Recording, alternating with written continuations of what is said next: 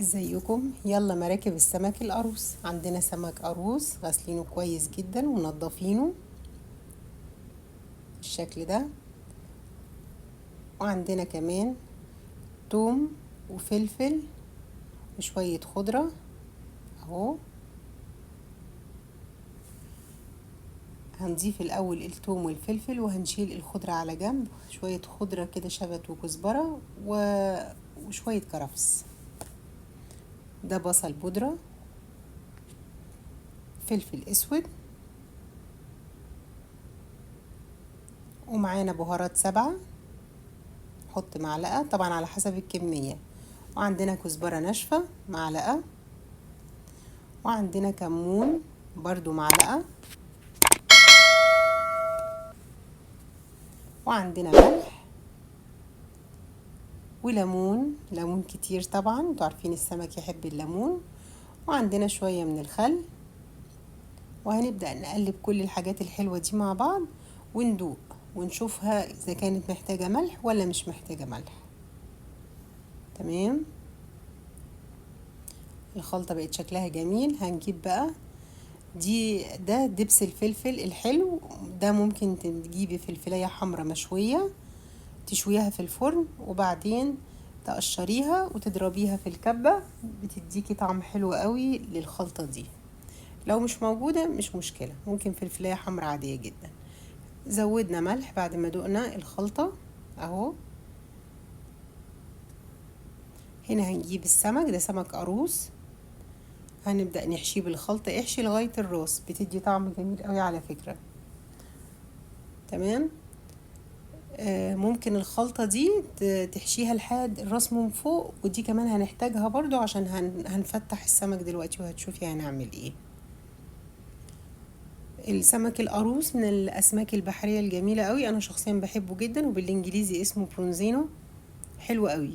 هو من فصيلة القاروصيات يعني. تمام، هنحشي كل السمك وهنشيل شوية من الخلطة دي مش هنستخدمه، هوريكم دلوقتي هنعمل فيها ايه. طبعا السمك عندنا مغسول كويس جدا بملح، مش بملح سوري، بليمون وخل ومعلقتين طحينة ومنقوع فيهم ساعة.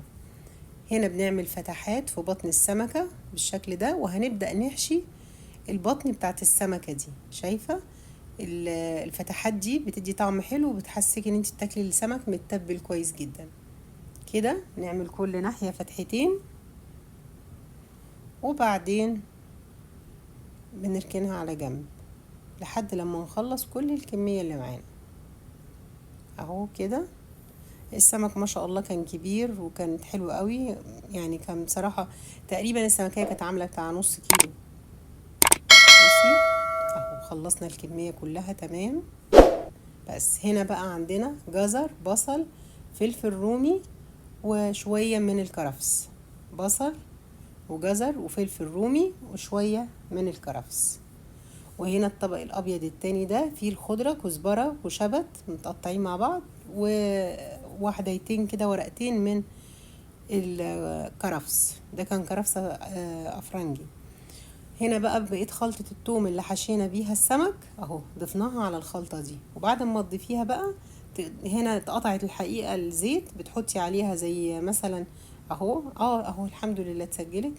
تحطي عليها نص كوباية زيت تقريبا، او من ربع كوباية لنص كوباية حسب الكمية، وتدوقي لو احتاجتي ملح هتزودي، وليمون كمان. هنا بقى بنعمل المراكب بتاعتنا، بتبقى شكلها جميل جدا على السفرة، وانتي بتحطيها لكل واحد كده مركب كده فيها السمكة بتاعته، وكمان جنبها طبق الرز الصيادية والسلطة، بتبقى حقيقي أكلة روعة جدا. بصي أنا عاملة منهم شوية بس أنا اختصرت يعني.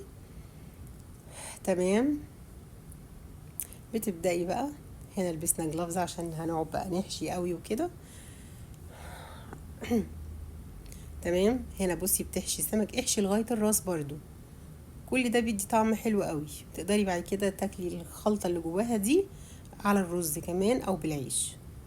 في كل صينية هنحط 3 مراكب، وبعدين هننزل بشوية من الخلطة دي كده، دول اللي الفرشة اللي هنحط عليها السمك. تمام، وبعدين كل سمكة اهي دي كنا حشيناها اهو حطيناها، شوفي الشكل جميل ازاي اهو. تحشي برضو السمكة دي كمان. هنخلص كل الكمية بالطريقة دي اهو، نحشي كده.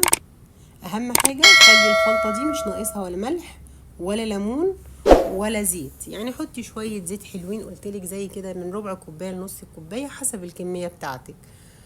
تمام اهو. برضو نعمل الفرشة دي، وبعدين نحشي السمك ونحطه عليها بالشكل ده كده اهو. والله يا جماعة ريحته مش قادرة اقول لكم بتبقى عاملة ازاي في البيت، تقلب ريحة البيت خالص، تحفة. وكل اللي هياكله حقيقي مش هيصدق انك عاملاه في البيت ابدا. اذا عجبتكم يعني الوصفة دي بليز ادعولي واعملوا لي لايك وشير علشان الناس تبدأ تعرفني. تمام اهو حشينا كله بالشكل ده. تمام كده اهو. ده اللي فاضل شويه، اللي فضلوا بقى نبدا ايه لو محتاجين نزود حبه كده من تحت السمك نبدا نزود. خلاص كده خلصنا الكميه. وبعدين هنجيب ليمون نقطعه. الليمون ده بيبقى مجرد شكل جمالي على اللي بيتحط على كل راس سمكه، بتحطي شريحه من الليمون بتدي شكل جميل جدا. وفاكرين الفلفل الاحمر اللي قلت لكم اللي هو المشوي، او لو مش هتشويه حتى ده بتجيبي منه بعد كده معلقة. هنشوف اهو معلقة منه، هو عندي بيتباع جاهز لكن انت ممكن تشويه في الفرن. ولو مش متوفر هاتي معلقة صلصة مفيش مشكلة، ملح، ونحط كمون وشوية من الكزبرة ومعلقة كده بسيطة او رشة خفيفة خالص من البابريكا. تمام اهو. وشوية من الزيت، وهنضرب كل ده مع بعضه. ده بندهن بيه السمك من فوق بيدينا شكل جميل جدا، وبيخلي السمكية طعمها حلو قوي. وزي ما قلتلك لو ما فيش الفلفل المشوي الأحمر أو الدبس الفلفل تقدري تستخدمي صلصة، معلقة صلصة. تمام اهو كله كده تمام. وعلى فكرة في الخلطة دي ممكن تعصري كمان شوية ليمون، بس انا بعد ما حطيته عصرت على الوش كده ليمون. بصي بقى الجمال، طبعا ده مش بيبان في الاخر بس بيديكي لون بعد كده حلو قوي للسمك بتاعك، بيخلي الطعم جميل قوي والشكل كمان. تمام. وبنبدأ كده نغلفه كده من بره بالزيت والفلفل. شايفة بقى الجمال دلوقتي. لو عجبتك الوصفة لايك وشير عشان الناس تعرفني، ومتشكرة جدا للمتابعة. كنت معاكم المصريكانية. السلام عليكم ورحمة الله وبركاته، في حفظ الله.